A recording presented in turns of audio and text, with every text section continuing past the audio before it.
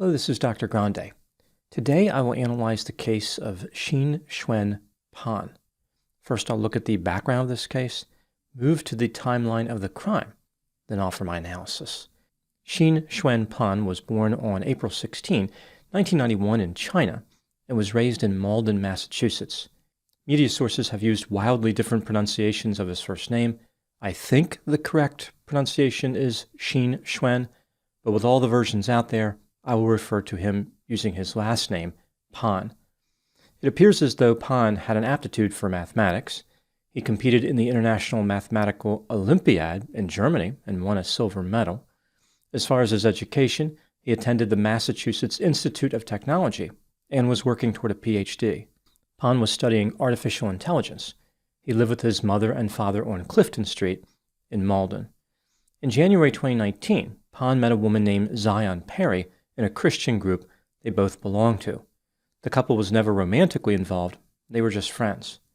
In January 2020, Zion met a Yale undergraduate student named Kevin Zhang at a church retreat in Connecticut. After meeting Zion, Kevin graduated with a bachelor's degree and started working on a master's degree in environmental science. He also served as a National Guard reservist. Zion graduated from MIT and became a graduate student at Yale. She was working on a PhD in molecular biophysics and biochemistry. On January 31, 2021, Zion and Kevin became engaged. News of their engagement was posted on social media. Now moving to the timeline of the crime. On December 11, 2020, someone fired shots into a house on Huntington Street in New Haven, Connecticut. The police found 5 spent .45 caliber cases near the house. No one was injured, but of course the incident was still disturbing. Over the next couple months, there were 3 more house shootings without injuries. All of them involved a .45 caliber. On January 15, 2021, shots were fired at a house on Stimson Road. A single case was recovered. On February 5, a house on Osborne Street was shot. 2 cases were found. In this instance, surveillance video captured a dark-colored SUV driving away from the scene. On February 6, 2021, shots were fired at a house on Shepherd Street. 2 cases were recovered. A witness saw a dark-colored SUV. About an hour later on this same day, at 8:33 p.m., several individuals called 911 and said that a person had been shot near the intersection of Lawrence and Nickel Streets in the East Rock neighborhood of New Haven, Connecticut. Here's what the police found during the course of their investigation. Zion Perry's fiancé, Kevin Zhang, had been shot multiple times at close range.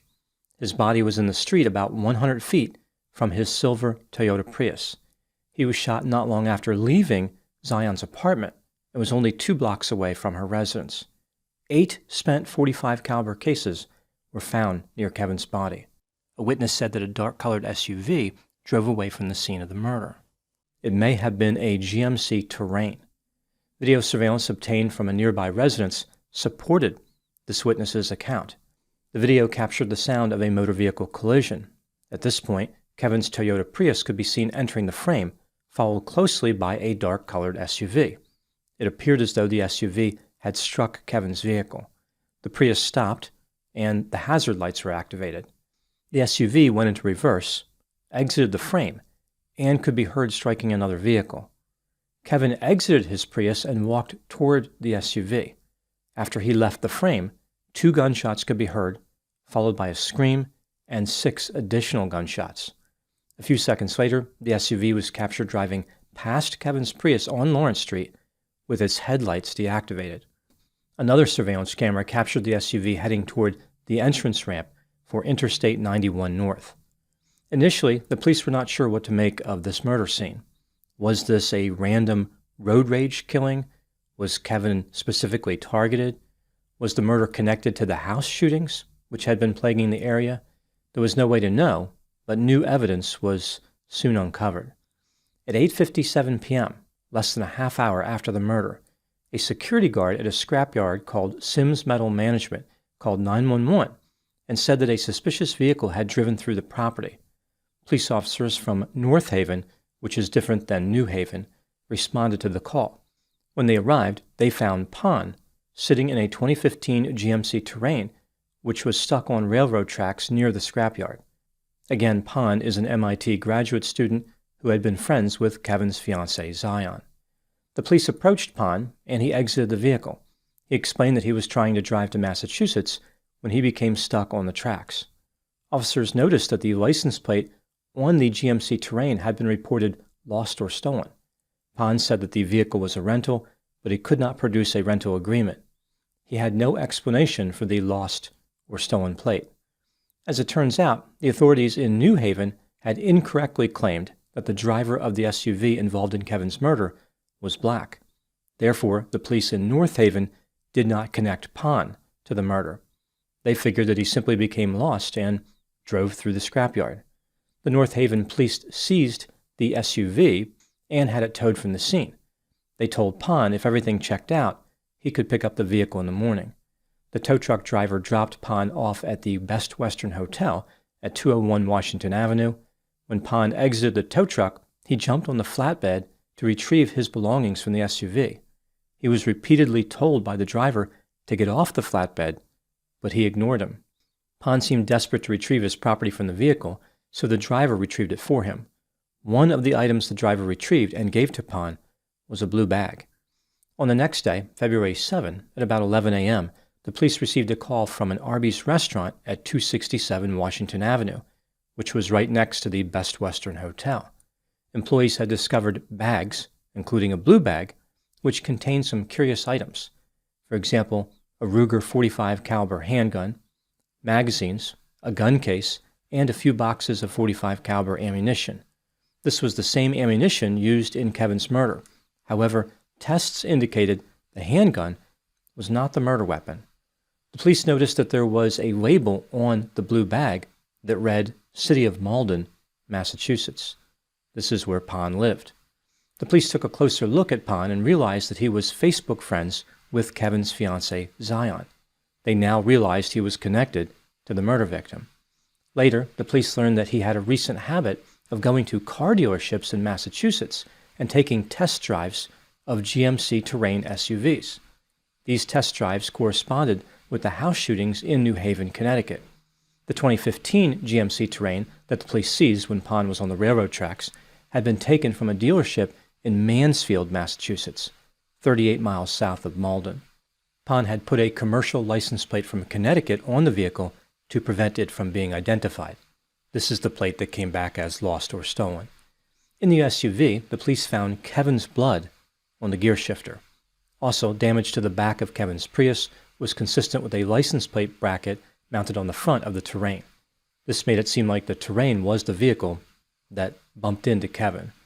The police traveled to the residence where Pan lived with his parents in Malden, Massachusetts, to arrest him, but no one was home. On February 10, 2021, the police in New Haven, Connecticut announced that they were looking for Pan in connection with Kevin's murder. They considered him to be armed and dangerous. On the next day, February 11, the police pulled over Pan's parents in Georgia, but their son was not with them. Pan's father said that he had received a call from Pan 4 or 5 days earlier. They picked him up in Connecticut. Pan then took the wheel of the vehicle and drove them to Georgia. At one point, Pan stopped the vehicle, exited, and walked away. His father did not know where he was. Pan's mother didn't have much to say. Officers were suspicious of Pan's parents, but they did not have enough evidence to charge them with any crime. In May, the authorities tracked Pan's parents to Georgia again. This time they were traveling with another couple, which may have been to make this trip look unrelated to Pan, like they were just on vacation or something and not going there to interact with their son. When both couples were staying at a hotel, Pan's mother was captured on video surveillance making a call using the hotel clerk's cell phone. She deleted the number after the call, but the police were still able to track it to Pan. Even after this, Pan's parents were not arrested. They were never charged with any crime. On May 14, 2021, Pan was arrested in Montgomery, Alabama, where he was renting an apartment under the fake name Henry Choi. He was in the possession of 7 cell phones, 7 SIM cards, his father's passport, and $19,000 in cash. It appeared as though he was preparing to take a little trip. Pan was arrested without incident and charged with murder. Over 2.5 years later, on February 29, 2024, Pan pleaded guilty to murder under a plea agreement. On April 23 of that same year, he was sentenced to 35 years in prison. Pan is scheduled to be released in 2056 at the age of 65. Now moving to my analysis. Here are my thoughts on a few areas that stood out to me in this case. Item number 1. As far as Pan's guilt, there really isn't any doubt. There was a mountain of physical evidence against him, and he pleaded guilty. Considering how dangerous he was, Massachusetts should have taken this case to trial. It is extremely unlikely they would have lost, and they could have secured a life sentence instead of a 35-year sentence. Even if for some reason prosecutors thought that Pan didn't deserve to spend his entire life in prison for Kevin's murder, what about him shooting at random houses in order to mislead investigators? He could have killed somebody else doing that. Pan proved that he was extremely cold and reckless. He was willing to risk killing others to escape responsibility for the murder of his intended target. He needed to be in prison for life. Item number 2. Why did Pan kill Kevin? The motive in this case may always remain a mystery. Pan did not offer any reason for the murder. The connection between Pan and Kevin was distant. Pan was a friend of Zion, and Zion was Kevin's fiancée. Zion was not close to Pan in any way. When she graduated from MIT, Pan asked her to connect on FaceTime so he could congratulate her over video. Zion politely refused his request. Again, it's not like there was any meaningful relationship between these two. Eliminating Kevin would not have brought Zion to Pan. He really had nothing to gain from committing this murder, romantically or otherwise.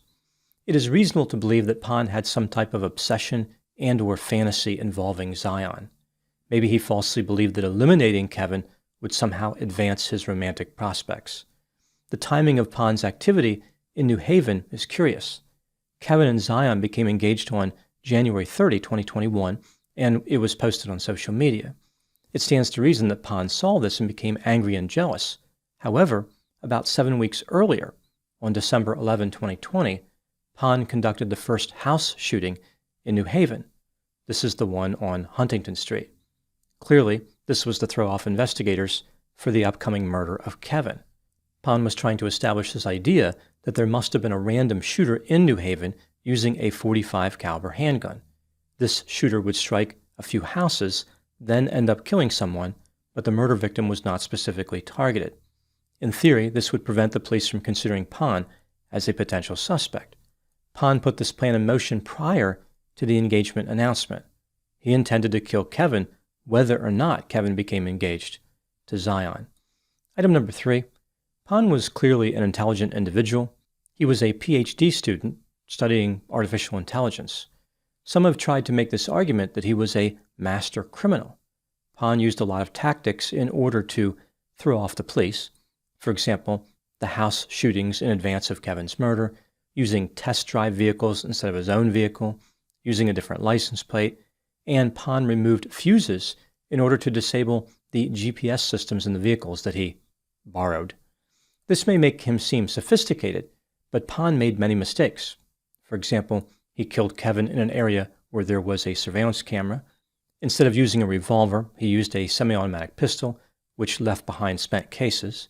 He left Kevin's blood on the gear shifter. In a bizarre move, he drove into a scrapyard and became stuck not far away on railroad tracks. And when he disposed of the ammunition and other items, he did so in a way where Arby's employees found it. When examining the evidence, I don't believe that Pan was anything even approaching a master criminal. Here we have an offender who knew enough to disconnect a GPS, but when it came to concealing evidence, he had the finesse of a squirrel who overdosed on caffeine, frantic, careless, and leaving a trail for everyone to follow. Now moving to my final item, number 4. What do I think happened in this case? This is just a theory, my opinion. Pan was self-centered, socially awkward, impulsive, irresponsible, intelligent, obsessive, cold, callous, deceptive, had a sense of entitlement, and was exceedingly creepy. He wanted to be romantically involved with Zion, but he had no idea how to make that happen. When they simply remained friends and nothing moved to the romance stage, Pan constructed this massive fantasy in his mind, where someday he would share a magical romance with Zion. He believed that eliminating Kevin was necessary to achieve this goal. Pan started executing his plan by shooting houses prior to the engagement announcement. On the night of the murder, he bumped into Kevin's Prius, knowing this would cause Kevin to exit the vehicle and provide a homicidal opportunity. After the shooting, Pan decided to drive through a scrapyard. Maybe he thought that he found a more discreet way to get to the interstate. It's not clear what he was thinking. Either way, his vehicle became caught on railroad tracks, which led to his arrest. If he did not do this, Pan may never have been caught for this crime. This case is one of a few that I have covered where having intelligence doesn't always correspond to having common sense. The output of Pan's cognitive reasoning was as distorted as his extreme personality traits. Those are my thoughts in the case of Qinxuan Pan. Thank you so much for watching. I'll talk to you soon.